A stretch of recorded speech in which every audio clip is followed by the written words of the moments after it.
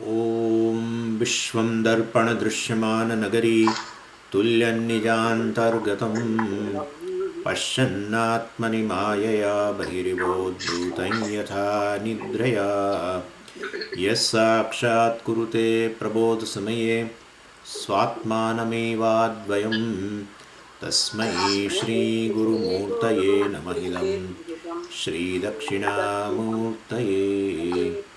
बीजस्यान्तरिवाङ्कुरो जगदिदं प्राङ्निर्विकल्पं पुनः मायाकल्पितदेशकालकलना वैचित्रचित्रीकृतं मायावीव विजृम्भयत्यपि महायोगी वयस्वेच्छया तस्मै श्रीगुरुमूर्तये नमः इदं श्रीदक्षिणामूर्तये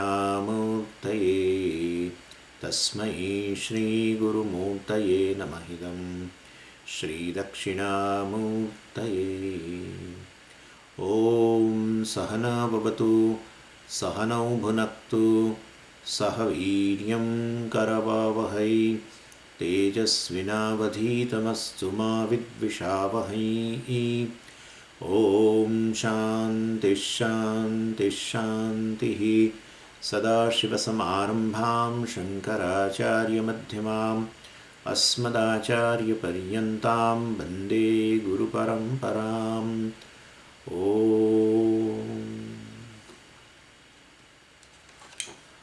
आत्मा कः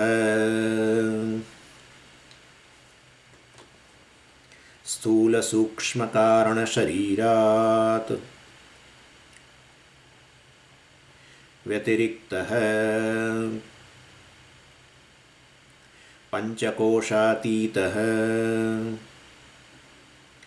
सन् अवस्थात्रयसाक्षी सच्चिदानन्दस्वरूपः सन् यस्तिष्ठति स आत्मा. So we have seen the confusion regarding the self, and because it has been described in that Atma is Satyam, and well, I know the body is Atma, and then for body should be Satyam. If body is Satyam, it should be independently existent, but it is not independently existent. We have analyzed also, it is made up of parts. Well, the parts go away, the body doesn't exist, and therefore its existence is always dependent upon the parts. It is not self-existent, and therefore body is mithya. If body is mithya, then how will I understand Atma Satyam? I consider Atma means the self. Self means the I. I means this body. That's what I know. And therefore for me, I is or Atma is mithya. Shruti says Atma is Satyam. And therefore there is confusion.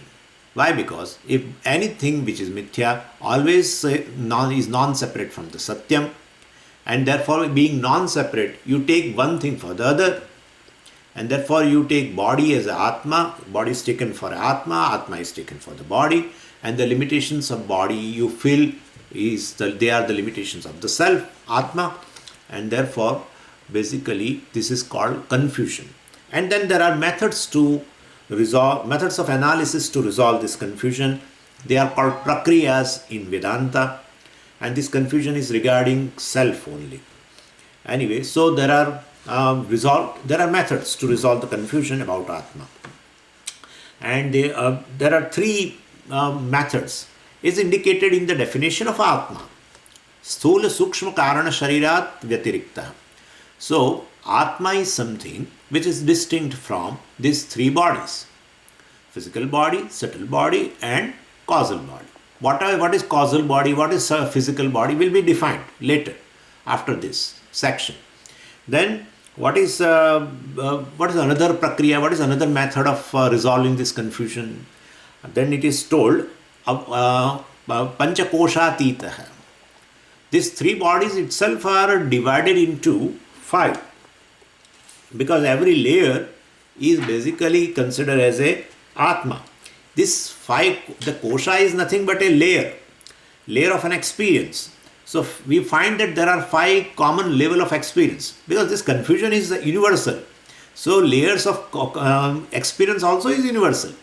And therefore these five common levels of experiences are called five koshas, and they are mistaken for Atma, and therefore this method of resolution should be such in which it should be shown this, that Atma is distinct from even these five layers of experiences. This is another prakriya. Panchakosha Vivekaha or Panchakosha Prakriya, you can say. And the third thing is this Avasthatraya Prakriya, in which every individual has these three levels, states of experience: waking, dream, and deep sleep, and they are mistaken as Atma. Always, anything which you describe, you should immediately equate with Atma. That's a confusion.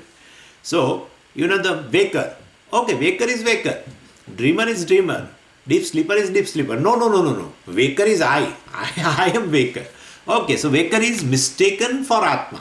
So we have to have a prakriya, method of analysis which resolve this confusion, and it has to be shown that right, waker is myself, because basically it is mithya, and therefore mithya is non-separate from the Atma. That is all right, but then I am not the waker. It has to be shown, and therefore it has to be shown like this: waker, dreamer, etc. They are Atma. That's all right if you want to say, but don't say that Atma is waker, Atma is dreamer, Atma is deep sleeper. Please don't say that. So we will have to resolve this confusion also. One way it is okay, other way it is not. Yesterday we have seen this also. Anyway, so it's called Avasthatraya Prakriya, in which this resolution will take place. Waker is Atma, Atma is not waker. So dreamer is Atma, Atma is not dreamer. There is a method by which you resolve this confusion, that Atma is not waker. Don't equate Atma as a waker. Don't take Atma as a waker. Don't mistake Atma as a waker. And therefore, it is going to... distinct means not separate as such, really speaking, because there is something which is non-separate. All these things are non-separate. Whatever you are experiencing is basically non-separate from the Atma. But you take yourself as that particular experience. Well, then that's a confusion. So waking state is your experience. And tell yourself as a waker when that particular experience is there. No problem. Waker is Atma if you say, it's all right. Because it is not non-separate from you. So you can tell that way. Pot is clay. Well, that is fine. It has to be told like this. Basically, the truth of pot is clay only. So, pot is clay, there is nothing wrong. But clay is pot. Well, no, that's not correct. So, Mithya Satyam is as this kind of a relationship, in which one way you can go, not the other way. So, anyway, basically these three states of experience I have: waking state, dream state, and deep sleep state. And according to the experience of the state, as an experiencer, you can definitely call yourself as a waker, dreamer, etc. But you are not just waker. If you take yourself as a waker, well, that's a mistake. Waker is you, no mistake. You are waker, mistake. And definitely when I ask you, who are you? Or who am I, let's say. You say, I am a waker. Well, and is it your final understanding? Yeah, I am waker. Don't you see me? I am right now in a waking state and I am a waker. That's your reality? Yeah, that's my reality. Well, that's a mistake. Because you are dreamer also, you are this also, and well, every state of experiences gets analyzed, and it has been shown that you are basically a witness of three states. You are just a witness, present in all the three states, but distinct from three states, free from the attributes of three states, etc., etc. Well, that's also a method of resolving. And so, these are the three basically methods of resolving the confusion regarding the self or Atma or I. All these three are one thing only. So please don't, whenever I talk about Atma, don't feel this is some third person. The Atma is nothing but the self. It is the first person. And therefore Atma means self, self means I. That much we know very clearly. And then the fourth method also, of course, is there. That is Karanakara Prakriya. That is a very beautiful Prakriya.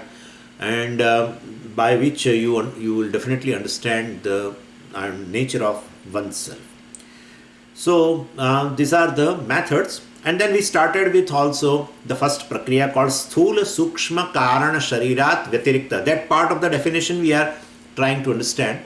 So this is a prakriya in which it has been clearly shown that Atma is distinct from these three bodies, three types of bodies called physical body, subtle body, and causal body. And what is the definition of each body will be coming after the section. Sthula Sharira Kaha, etc. And then it will be shown also. Sthula Shariram Kim, etc. It will be shown there. Anyway, so here it has been told in this definition of Atma, Sthula Sukshma Karana Sharirat Vyatirikta. Vyatirikta means distinct from, free from, etc. etc. Means it is not the body. Atma is not the physical body, Atma is not the subtle body, Atma is not the causal body. But other way it is okay. Physical body is Atma, so this subtle body is Atma, well, causal body is Atma, that is fine, that's fine. So A is B, but B is not A. We have to understand that. When yesterday I have given you the very example also for all these things. And then the question is why there is a negation? Why there is a negation?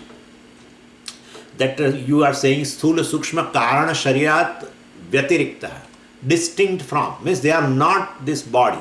You are negating Atma, you are negating Atma as Atma is not a physical body, Atma is not this subtle body, etc. So you are negative. Why do you negate?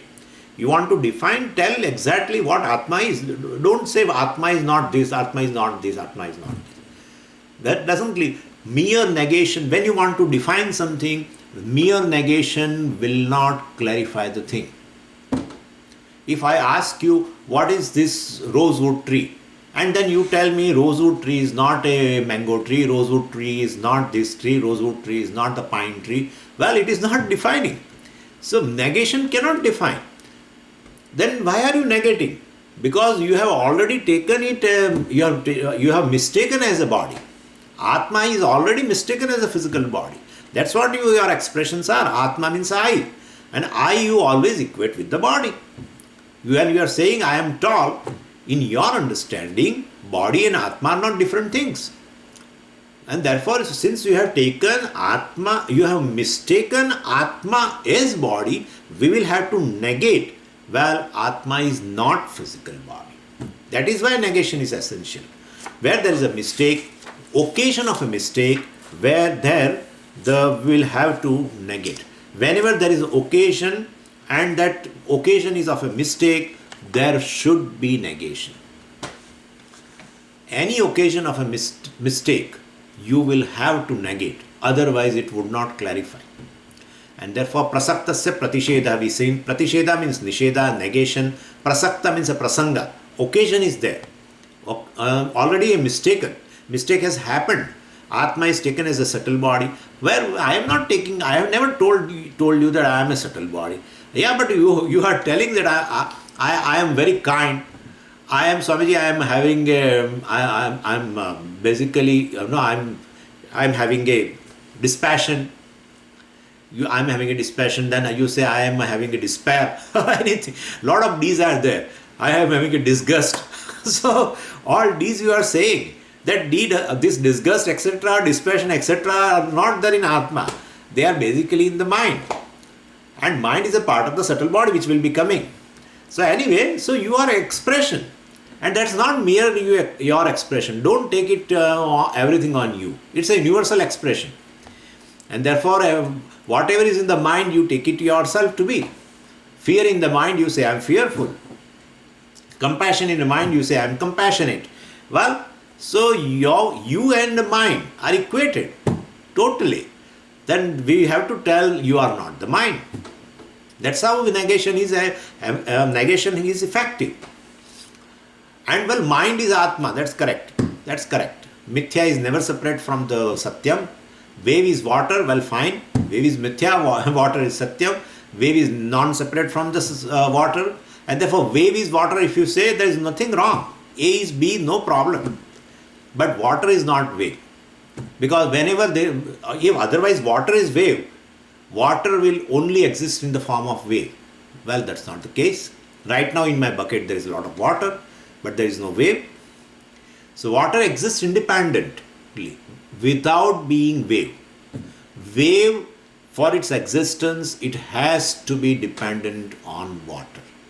So wave is mithya, water is satyam. And therefore, we have to tell, don't take water as a wave.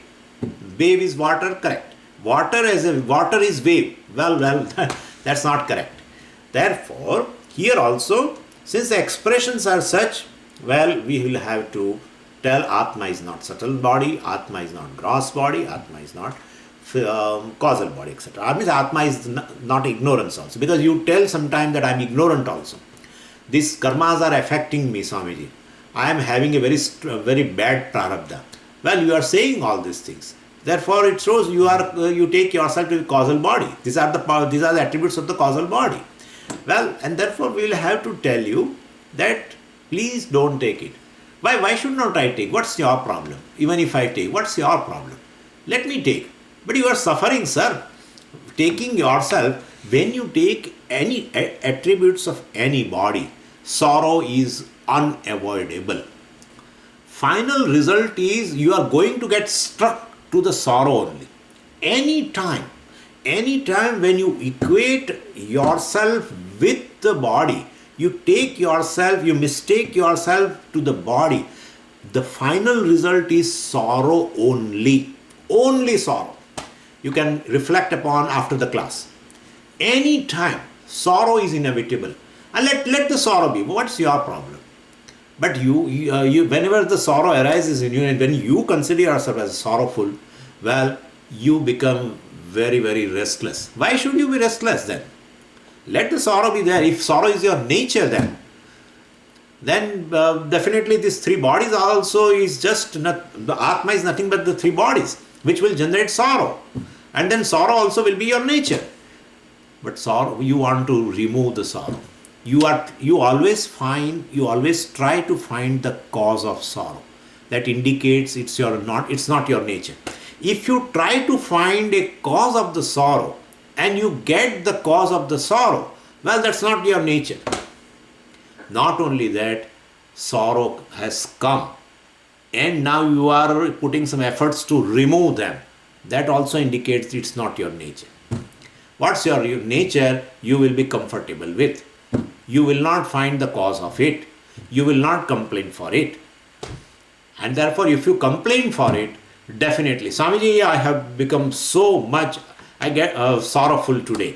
Well, that indicates yesterday you were not, or morning you were not. Right now you are. So something has come, and before that you were present. Well, then that's not you. That's not you. Definitely. And therefore, if sorrow is not your nature, then the sorrow which is generated from taking the body, just Atma is taken as a body and that sorrow is generated, well, that's also not your nature. Therefore, three bodies, you are not just these three bodies. Let the three bodies be myself or I. And that is correct also. We'll understand that later. But I am not this body. And the method of resolution is called Shariratraya Prakriya. Sthula Sukshma Karana Sharirat Vyatirikta. I am not this, or Atma is not these three bodies. Anyway, and then the second Prakriya we'll have to take today. Atma is Panchakosha Atitah. That's what in definition of Atma itself it has been told. Panchakosha Atitah. And in this Prakriya, these same three Sharira, Sthula, Sukshma, Karana Shariras, are analyzed in a way that cover the human experiences. And the first layer of experience is I am tall, I am short, I am black, I am white, etc. I am etc. etc. I am fat, I am lean, all this. There's a one level of experience. The experience of a tallness, experience of a experience of a blackness, etc. All these things are there. There's a one layer of experience. Definitely, it belongs to one of the body, that's the first body itself, called physical body. So the three bodies themselves are divided into 5 layers of experience. Each layer of experience is called kosha, because that layer of experience itself is mistaken for Atma. Or let's say Atma is mistaken for that layer of experience. And therefore I, Atma, is equated with tallness. Tallness belongs to something else. I consider I am tall, I am black, I am lean, I am fat, I am male, etc. Well, or I am Brahman, I am Kshatriya also. That we don't. But anyway, so these are the things. Basically, so this is just a experience. But you equate yourself with that experience. When you mistake with a particular layer of experience, then that layer of experience we call it as a koshaha. So this is one layer of experience. Then the another layer of experience is like I am hungry, I am thirsty, I am healthy, I am ill, etc. Well, that is also a layer of experience. Basically, hunger is your experience, thirst is your experience, no problem, that's correct. Health is your experience, ill health is your experience. But you say I am hungry. Oh, so Atma is mistaken as a layer of experience, another layer of experience, and therefore that is also kosha. Then the third layer of experience, which is anger, agitation, sadness, etc. But you say I am angry, I am sad, I am agitated. Well, that's a mistake. Therefore, that layer of experience also is a kosha. Then the fourth, I did this, and this is mine, etc. Means, we say like that. I did this. Oh, this painting, Swamiji, I did this painting. I did this, etc. I made this. I made this. I made this. Oh, fine. So that is also your experience. So that is also, you equate Atma with that particular thing as a kartrutvam, bhoktrutvam, etc. Well, so this is also a layer of experience. That's the fourth layer of experience. And the fifth layer of experience also you have, in which Atma is equated with the ignorance. And you say, I am ignorant. Well, the ignorance is an experience. Correct. You experience ignorance. No problem. But Atma is ignorant, you said. Therefore, Atma is equated with, Atma is taken for, Atma is mistaken as ignorance. That's how the expression also is, I am ignorant. That's a mistake. And therefore, all these 5 layers of experiences are covered, and therefore, it has been shown because they are taken as the Atma, and therefore it has been shown Atma is Panchakosha Atita, is distinct from these 5 layers of experience. These 5 layers of experiences is equal to 3 bodies. That's all, nothing else. But they are put in this format. So Panchakosha is equal to these 3 bodies only. But this has been expressed in this way because every layer of experience is mistaken for Atma. I mean, Atma is mistaken for this particular layer of experience. That's better way of saying. Anyway, so kosha means, as I told you, kosha means generally a cover, and which covers something. So we have a cover for everything. We have cover for a car also. So which covers. So you will not know what kind of a car it is. You will not know the nature of the car, color of the car, this, etc., model of the car. You just cover it. Cover, so here also kosha means a cover, and people generally feel it has been construed this way that Atma is having 5 covers. So it is covered by the 5 layers, and one has to remove them, and then one will know the Atma. Well, that is nothing like that. There is no question of removing the cover, because Atma is Satyam, and every Shit or every Kosha is Mithya. Like a simple example Puja Swamiji gives is like, is water covered by the wave or not? Is clay covered by the pot or not? Cannot be covered. Therefore, the pot itself, whenever you are seeing a pot, you are seeing the clay. So, pot cannot cover the clay. A bangle cannot cover the gold. Cannot. It's impossible. Wave cannot cover the water. And therefore, but definitely, it could be so that water is mistaken as a wave. Just gold is mistaken as a ring. That's possible. Clay is mistaken as a pot. Pot is taken as a clay. Pot is clay. Well, if you say, well, you are Vedantin. But you become a full Vedantin when you say clay is not the pot. That much expectation is there. Then you understand what is mithya, what is satyam. Mithya satyam is a difference of a reality, and reality is always equated in terms of existence. Self-existent, real. Not self-existent, dependent existent, mithya. Then you will not say that A is B and B is also A. We cannot say. Well, then definitely you will go one way. You will not go the other way. Then you are a Vedantin. That's how Pujaswami used to tell. When you understand A is B, beggar is actor, but actor is not the beggar, you have understood Vedanta. Then you have understood a clear understanding. Vedanta understanding is an understanding of a reality. What is mithya, what is satyam? That's how it has been defined. Atma satyam tad anyat sarvam mithya. That's all. This is Vedanta. And if you say A is B and B is also A, well, garbad. Problem. So you should understand both the way. And therefore, wave is water, but water is not the wave. Then you have understood water is something self-existent. Water exists even without being a wave. Then water is self-existent. Water is real. Wave is non-separate from the water. You have understood. Wave is borrowing the existence from the water. Well, then wave is mithya. That also you understood. Then you have understood what is satyam, what is mithya. Your understanding is complete. That's how it is. Anyway, so this basically, Atma is something which cannot be hid. You see, what is all pervading. It cannot be hid by anything, either by the body, either by the gross body, either by the subtle body. In terms of kosha, if you say they are going to define Annamaya kosha, etc., no kosha can cover Atma. Definitely, it cannot cover. But the ignorance does all these problems, and due to ignorance, even Atma is the truth of every kosha, seems to be covered at every level, seems to be mistaken for the kosha.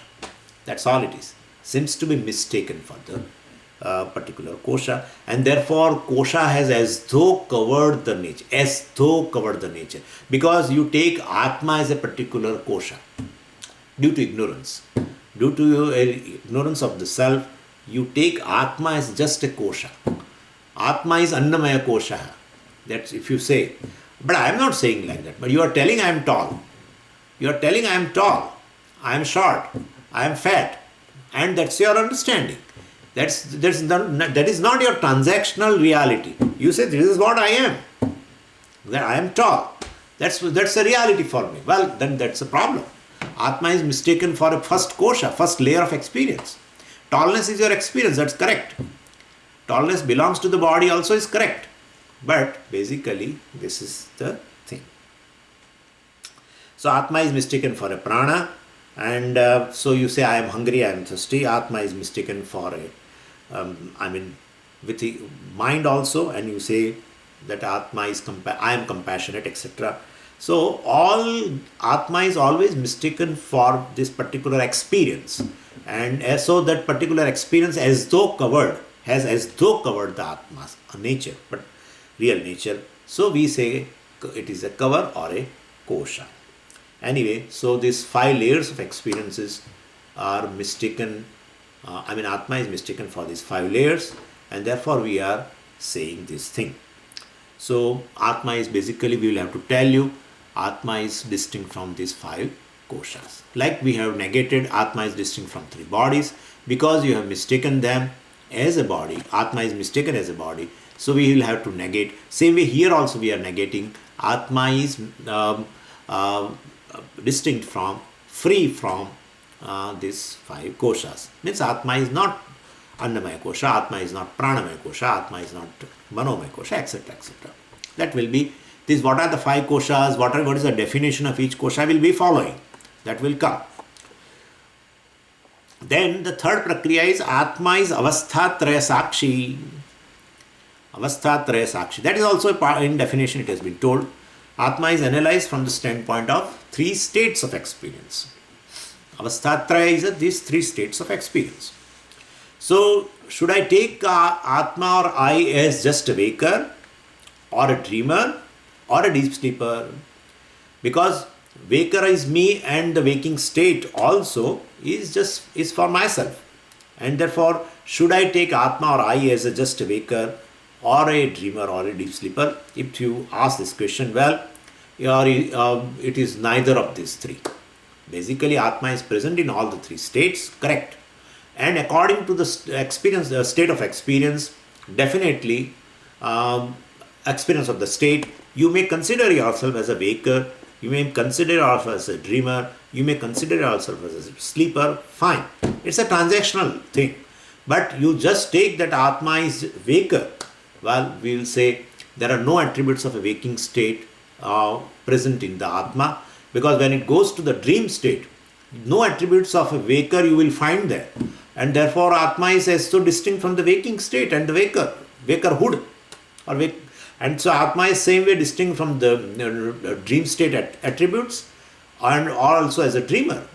Because when he goes to sleep, no attributes are found of a dream, no attributes are found of a waking state. So, if Atma is waker and goes to the deep sleep state, he is not called a deep sleeper. He doesn't have a deep sleep if he is a waker. Well, so definitely Atma is it is present in all the three states, correct?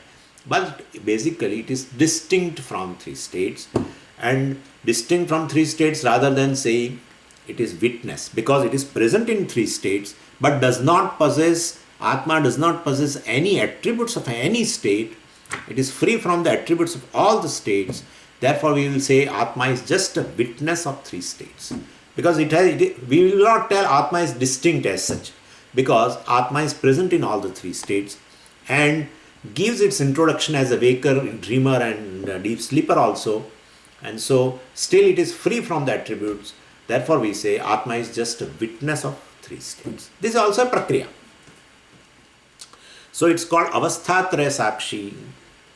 And then there is another Karan Karya Prakriya, which has, of course, has no mention in this, in the definition of Atma, but that Prakriya also should be understood by me, and so we'll cover that Prakriya also. So, what is Atma? Then now, we'll combine all the three things, is Sthula Sukshma Karana Sharirat Anyaha Avasthatraya Sakshi Panchakoshatitaha Atma. And this is how it has been defined. Okay, so in these three states, by these three prakriyas, you have negated what is not Atma. Shariratraya Vilaksham, or Sthula Sukshma Karana Sharirat Vyatirikta, distinct from physical body, subtle body and causal body. Distinct from means negated. They are not, Atma is not physical body. Correct. So it is a definition, and in which negation is of predominance. And same way, Panchakosha Atitaha. There also Atitaha means a distinct. Vyatiriktaha, Atitaha, same thing. Distinct from this five koshas, Annamaya, etc. There also it's a negation. Atma is not Annamaya, Atma is not Manomaya. So there also is negation. Yeah, there also negation. Shariratraya Sakshi, Shariratraya Sakshi, that also is there. So therefore, basically it is a Sakshi, witness of three states, means it does not possess the attributes of any state, waking state, dream state or so. So there also it's a negation. Atma is not waker. Atma does not, if you want to call it as a waker, then Atma should possess the attributes of a waking state. If you want to call Atma as a dreamer, then the attributes of a dream state should be present in a Atma. But it is not there. So we are just saying it is just a witness. By that we are negating Atma is not waker, Atma is not dreamer, Atma is not deep sleeper. So with these three prakriyas, Basically, we have defined Atma in terms of negation. This is not Atma, this is not Atma, this is not Atma. And I have told you the purpose also of negation, because you are already mistaken as these things. Atma is taken as a physical body, Atma is taken as a waker, etc. etc. Already you have taken it. Mistaken, actually, it's a mistake, it's a confusion. And therefore we are negating. And after negating, now tell me what is Atma. You have negated, it's all right because of mistake, correct. But now tell us, what is Atma? You see, this we should know very well. Definition of definition. Lakshanasya lakshanam. Very beautiful thing to know. And lakshanam is a definition. So first thing, before defining Atma, giving definition of Atma, what is Atma, etc., first we should know what is the definition of definition. In Shastra it has been beautifully told. See, and any definition, when you define something, the first characteristic of definition is it should have a minimum number of words. You want to describe some words, want to define something, you want to reveal some object, and you write pages and pages. Well, person will not get an idea of what the object is. So minimum number of words should be there in definition. That's the first criteria. And second criteria is a definition implies a statement that reveals only that object which you want to define, not any other thing. I will give you an example also afterwards. And if any other object can be also defined by the same words, the words we have used to define a object A, well, that is defining, correct. Words are revealing that object A, but also revealing the object B also. Well, that's not correct. It should be precise. It should define the particular object which you want to define, not any other object it should define. So you have to choose certain words, you have to define in such a way so that it only defines that particular object and not any other object. And third thing is it should have, you are right that it should have a minimum words to define, but it should not basically, it should reveal that particular object completely. That's the third thing. It should not, in a process of using less words, sometimes it happens so that you will not reveal the object. You have written few words to define, but that is not sufficient to reveal the object. And therefore these three things should be there in any definition. It should have a minimum number of words. You should use a correct word and not any other word. And then second thing is a definition implies a statement in which a particular object is defined. It should not define any other object by that particular definition. And the third thing is it should reveal that particular object which you want to define completely. Those many words you have to use it. So this is a definition of definition. Lakshanasya lakshanam, they call. Lakshana means a definition, and lakshana of a definition means definition of definition is this. Now we'll go, I will give you an example. What a precise thinking these people have. Somebody asked a question, who is a human being? Define human being. Then if I say, see my definition. One who possesses a pair of horns is human being. One who possesses a pair of horns is human being. This definition just does not define human being. It's called asambhavana. This is a particular defect in definition called asambhavana. Asambhavana means there is no possibility that by using these words you can define, you can reveal a human being. This particular dosha is called asambhavana. Once you have used the words, you have given a statement. You have given a definition, but it just does not define human being, because human being does not possess horns. Instead, it is defining something else. It is defining deer. It's defining a buffalo. One who possesses one who possesses a pair of horns is a human being. It is called asambhavana. Then the second thing. Okay. It doesn't define human being. I will give you. One who possesses a pair of legs is a human being. That's correct, Swamiji. That's correct. But think now. It should define just human being, not anyone else. I have told you. It should not define. When you want to reveal an object, you should use a word so that it reveals that object only and not any other. Otherwise, there will be confusion.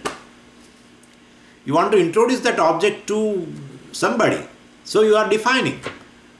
But when you say one who possesses a pair of legs is a human being, well, that's not correct. Because certain animals also may possess two pairs, birds also may possess two pairs, anything. So you are not just defining a human being as though your definition covers some other objects which right now they are not intended to be revealed. So you are not precisely able to define a human being. When you say one who possesses a pair of legs is a human being, right? You are not, because whenever a person is seeing, if some bird is coming, he will immediately tell you, told me, because the person has not seen what is a human being, who is a human being. And one who possesses a pair of legs is a human being. If you say, what happens, even a bird is coming, you will say he is a human being, because you told one who possesses a pair of legs. So object is not revealed. That dosha is called ativyaptihi. Ativyaptihi. And then this third thing is, who is a human being? If I say, Shiraf Panyadiman Manushya. See this definition. Shiraf Panyadiman. Shiraha, head. Pani means hand. One who possesses hands and head is a human being. Please show me any other living being who possesses hands. No, sorry, chimpanzee has their legs basically. They use them as a hands. That's a different thing. Hands means hands. Understand? A specific purpose. This particular limb has a specific purpose. The chimpanzee has a dual purpose. Sometimes they use that leg and sometimes they catch a fruit from you, and that time they take that way. But Shiraf Panyadiman, one who really possesses hands and head means which is a top, all the animals, they are called teriak. They are horizontal, in which maybe the head may be little high, but not like us. Head means that particular limb is at the top of it. So Shiraha means the top. Shiraf Panyadiman Manushya. Well, you analyze this definition, you find other than human being, this definition cannot be applied. It just is applicable to the human being only. Means it is free from the defect of, which I talked about, asambhavana, ativyapti dosha, avyapti dosha. And therefore, if you just say that,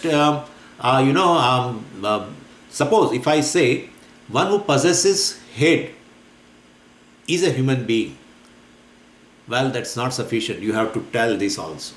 So avyapti dosha means you should define the object in such a way that it reveals the object completely.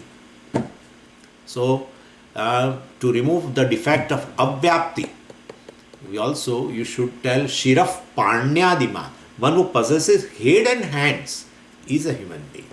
Well, then you have revealed the object called human being through this definition completely. And so here also definition of Atma is given now. What's the definition? Satchid Anandaha. Satchidanand Swarupaha. Satchidanand Swarupaha means what? Sat, Chit and Ananda means existence, consciousness, and Ananda means a fullness. Ananda does not mean happiness. People feel that Ananda means that's we get sometime by getting a particular desired object or something. That kind of happiness. No. That's not thought about, because whenever, even in any moment of happiness, you have an experience of fullness. You don't feel any limitation centered on the self. If you feel limitation, if you feel some kind of a limitation centered on the self and you are happy, that's not possible. In any moment of joy, you don't feel any limitation or lack within, discomfort within for that moment. And therefore, Ananda means not happiness, fullness. Fullness. And Atma is fullness, Atma is limitless, etc. It is considered that way. So, Satchidanandaha Swarupaha, that's the nature of the Atma. Satchidananda Swarupaha Atma. See, four things are there. Sthula Shukshma Karana Sharirat Vyatiriktaha Atma. Then Panchakosha Atitaha Atma. Then Avasthatraya Sakshi Atma. Satchidananda Swarupaha Atma. Right? If you the definition which has been given here of Atma, if you break them, they are in the four categories. And the four sentences you will get. Out of that, the first three definitions are in terms of negation. Right? First three definitions are in terms of negation.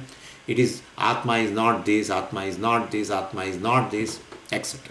And this is after negating, what is Atma is told by these words. Satchidanand Swarupa.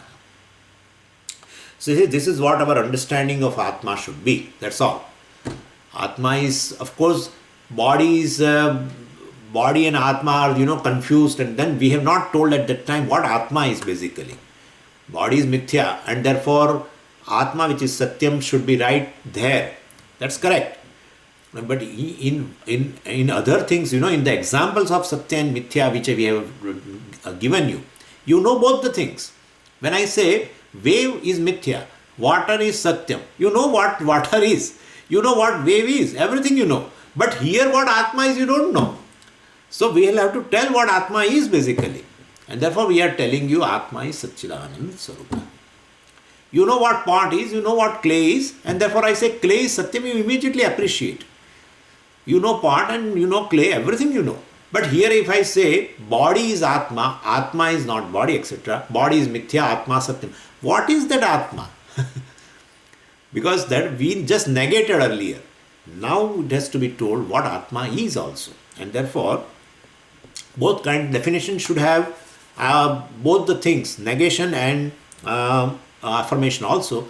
But negation is required when you have already taken the Atma is something else, mistaken as something else. Confusion is there where the negation is required, otherwise it is not required. You can simply define. If any object is totally unknown, you need not negate.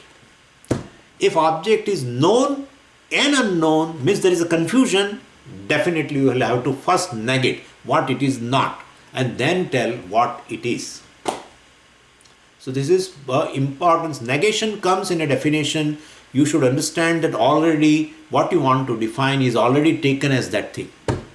So that we are negating. No, it is not. It is not. It is not. Making you free from that misunderstanding or a confusion. And then I should tell you what really Atma is. And that's how it has been told. Satchidanand Sarupa. Atma is just existence, consciousness and fullness, limitless. Anyway, so Satchidanand Sarupa Santishtati Yaha Tishtati Sa Atma. Satchidanand Sarupa Santishtati. So now we'll begin. So there is Atma, self, I. And there is non-self, Anatma. So we have negated, right? That what is the Atma is not body, etc. So body is to be understood in terms of anatma. Of course, we told mithya, etc., everything, that's correct. But we should basically understand the process of negation. Why we are negating them? Because they are non-I. They are anatma. They are not atma. How do you say that? How do you say that? So we are now analyzing. This is a very beautiful thing. Negation of not I. So if you look at this creation, then you will find that there are thousands of things which is known to the I. Thousands and thousands of things. Right now for me, that is I, you all are known. I'm talking about we are dividing the world into two categories. You all are known to me. That is I. You all are evident to me. Known to me, evident to me. So I is one element and you all are other element. Second category. What is known, which becomes evident. So, but what about the unknown things? Because all are not unknown. Right now you are knowing us, that's one thing. Correct. But there are thousands and thousands of things in this world which is not unknown to you, which is unknown to you. What about that? Yeah, that also will put into known. How can you put in known? With this potentially. Potentially known. Potentially known means not today, tomorrow you will come to know. Right? So instead of writing unknown for the world, one category called known, I am writing another thing not as an unknown, because world is a mixture of known and unknown for you. That's one category. One thing is known. Other thing, instead of writing unknown, I write knowable. Right? Known plus knowable is one category, which is other than I. Right now, you all are known. And in this ashram and outside the ashram and thousands of things are there which are unknown. But instead of telling unknown, I write knowable. Knowable means what? Not today. Today it is unknown. Correct. But tomorrow I may know. So it's called knowable. So first category called non-I. Non-I, that category has two things. Known right now and unknown one, but we don't write unknown, we say knowable. So known plus knowable is one category which is anatma, which is non-I. I means atma, self, which is non-I. And then what about I? Well, which is not an object of knowledge. Therefore, it is not in known category. It is not in knowable category. And therefore, the one for whom this knowledge of objects takes place, that is I, Atma. So, how many things are there in our world? One is I, the knower, because with reference to the things are known and with reference to things that are knowable in future, I is a one who is called knower. One is knower, and other than this knower, I, everything is known plus knowable.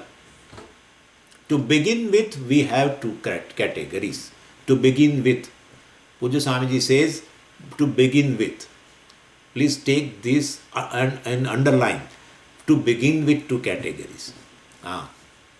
Later, it may resolve into one only. We'll see that.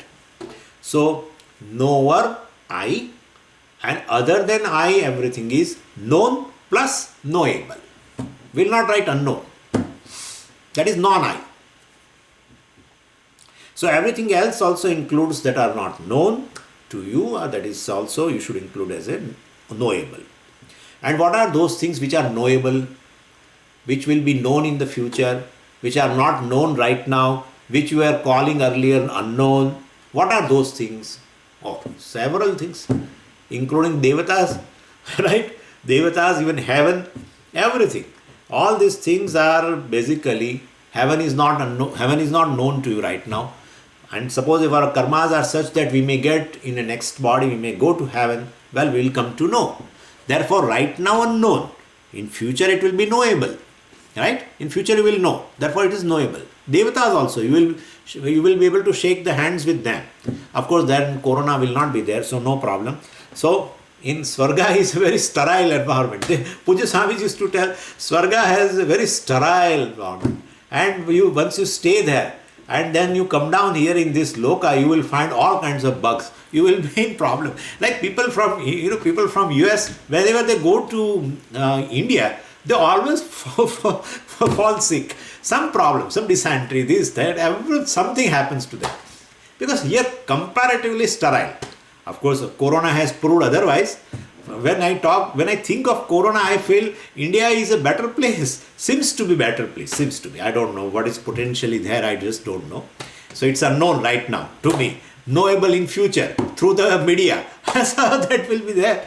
So anyway, my question is, there are thousands of things which are unknown to you right now. Well, then potentially we call it as we'll call it them as a knowable in future. Everything, whatever it is, known right now and knowable in future, everything is non-I. With respect to those known and knowable, I am knower. And I have definitely that sense. I, the knower, is basically whenever I say I means the one who has this sense that I am the knower, and there is a world which I am not, which is in the known category, which is in the knowable category, that is not me. That much you know very well. Whenever the I sense arises in you, you know that I am a knower, and everything other than this is not you, which is either in category of a known or knowable. So two things, knower, known. Knower, knowable, whatever you want to say. Known plus knowable is one, and other one is knower. So I am the knower, and this knower is recognized as the one who is distinct from the world which is known.